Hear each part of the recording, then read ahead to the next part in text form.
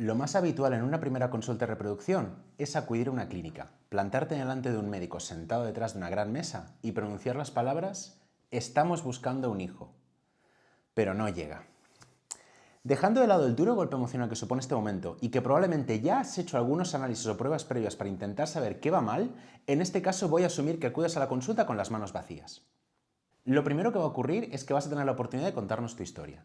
Generalmente te vamos a hacer una pregunta muy sencillita como ¿qué os trae por aquí?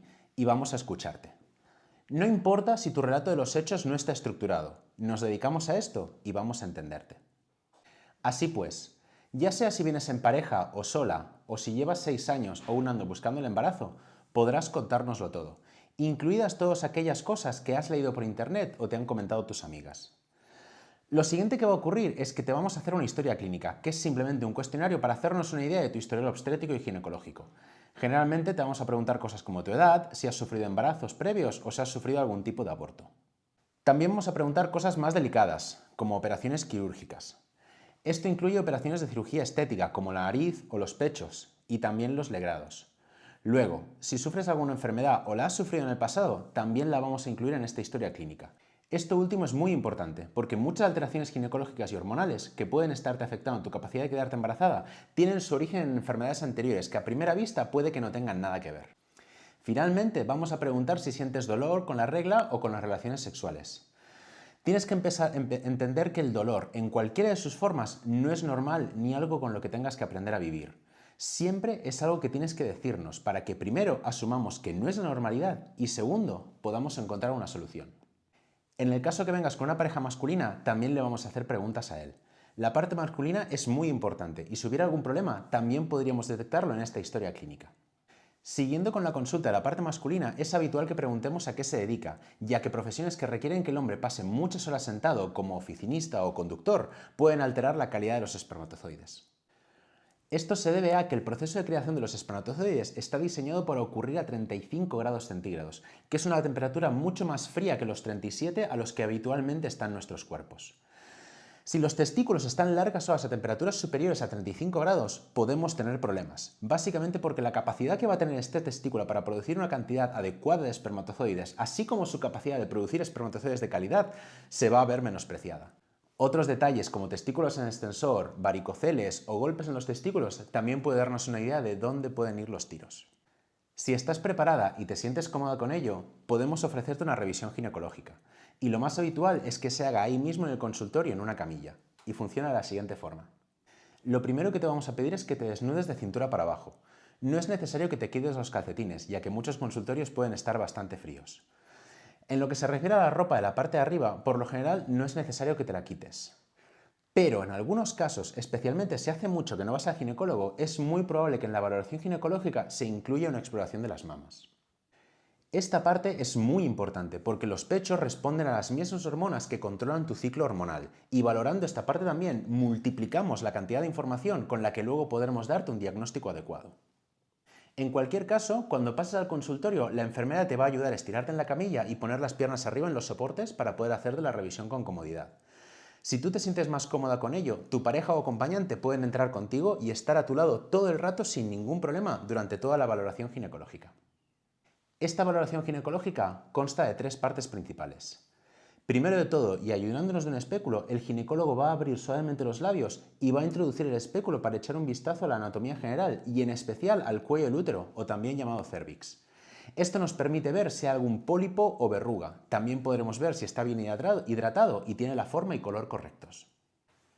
En segundo lugar, es posible que el ginecólogo te realice un palpo, que consiste en localizar el útero dentro de tu abdomen y apretarlo con suavidad.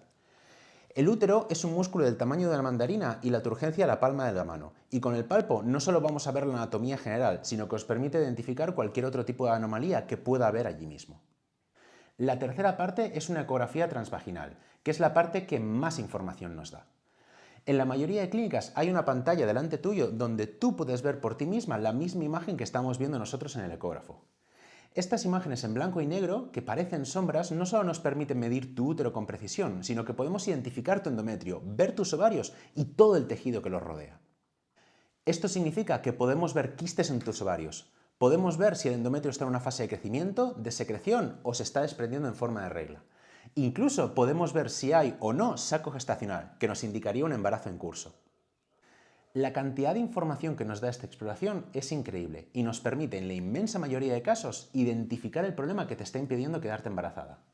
Además, con la ecografía podemos ver en qué momento de tu periodo estás con muchísima más precisión que cualquier test de ovulación casero, como los que se pueden comprar en las farmacias.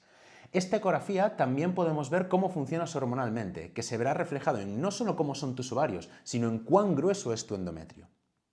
Una vez te hayas vestido, lo más habitual es que volvamos a sentarte en consulta y te informemos de todo lo que hemos visto en la ecografía, y podrás hacer todas las preguntas que quieras.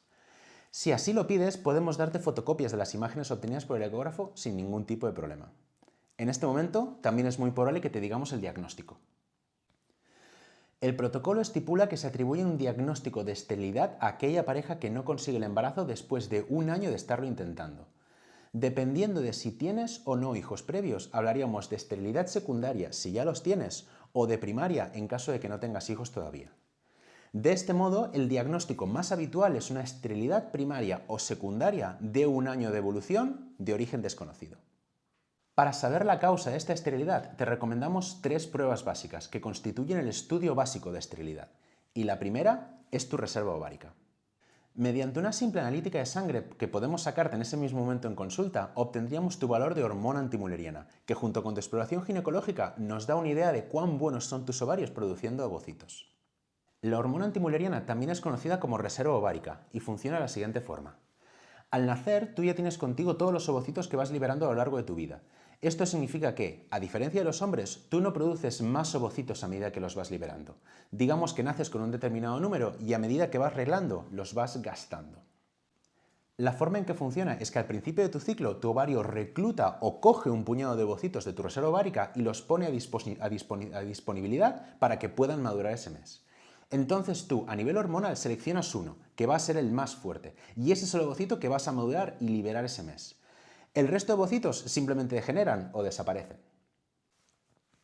En algunas ocasiones, de forma natural, es habitual que madures hasta 3 ovocitos por ciclo, pero es un proceso muy controlado para que naturalmente no te quedes embarazada de múltiples embriones. De esta forma, a medida que vas creciendo y reclutando ovocitos, tu reserva ovárica va disminuyendo paulatinamente.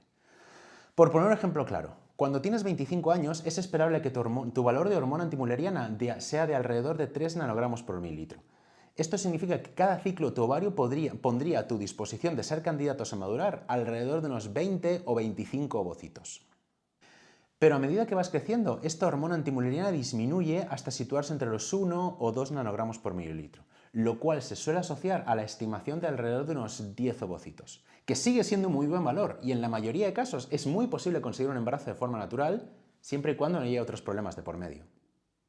Sin embargo, cuando la hormona antimuleriana baja por debajo de 1, ya estaríamos hablando de una baja reserva ovárica. Y esto generalmente significa que muy probablemente necesites ayuda en forma de hormonas para que ovules y consigas un embarazo. Aunque por norma general el valor de hormona antimuleriana y por ende la reserva ovárica se asocian con la edad, hay infinidad de factores que podrían alterarla. Por ejemplo, un consumo prolongado de pastillas anticonceptivas, síndrome de ovario poliquístico, fallos ováricos prematuros e incluso hábitos alimenticios. El valor de tu hormona antimuleriana, combinado con la imagen ecográfica que hayamos obtenido de tus ovarios y tu endometrio, nos dará un resultado preciso de tu capacidad para ovular. Y esto nos dice indirectamente cuál es tu capacidad de quedarte embarazada, tanto de forma natural como por reproducción asistida. En condiciones normales, el óvulo sale del ovario y es volcado a una estructura conocida como la trompa de Falopio, que es un conducto finísimo que tiene 2 funciones. La primera es transportar a los espermatozoides desde tu útero hasta la zona más distal de las trompas, colocándolos lo más cerca posible del ovario y del ovocito que vaya a ser liberado ese mes. La segunda función es transportar este ovocito liberado y con suerte fertilizado hasta su lugar de implantación en el mismo útero. La forma en que esto ocurre es que la trompa de Falopio está recubierta en su interior por un tapiz de pelitos, dependiendo de la fase de ciclo en la que estés, y estos pelitos van a barrer hacia el ovario llevando los espermatozoides o van a barrer hacia el útero acompañando a tu embrión. Pero esto es cuando funciona normalmente. Imaginemos que hubiera una malformación o obstrucción en una o dos de las trompas. Esto puede deberse, por ejemplo, a infecciones u otras patologías como adherencias o síndrome de Asherman. El resultado es que, primero, los espermatozoides no podrían llegar hasta el ovocito. Segundo, el embrión no podría bajar a este útero para implantarse. Y tercero, esta obstrucción provocaría un efecto de cul-de-sac, que generalmente se traduce en una acumulación de bacterias y glóbulos blancos que generen un estado de inflamación y de alerta en tu útero. Esto provoca que el sistema inmune esté particularmente quisquilloso y quiera atacar a cualquier elemento extraño que aparezca, incluidos tus propios embriones. De modo que, si tienes una trompa obstruida, aunque la otra trompa funcione perfectamente, este estado inflamatorio provocado por la trompa obstruida podría ser la causa de que no estés consiguiendo el embarazo. Las trompas de Falopio y su morfología no se pueden ver ni por palpación ni por ecografía, y la forma más habitual de mirarlas es mediante una histerosalpingografía.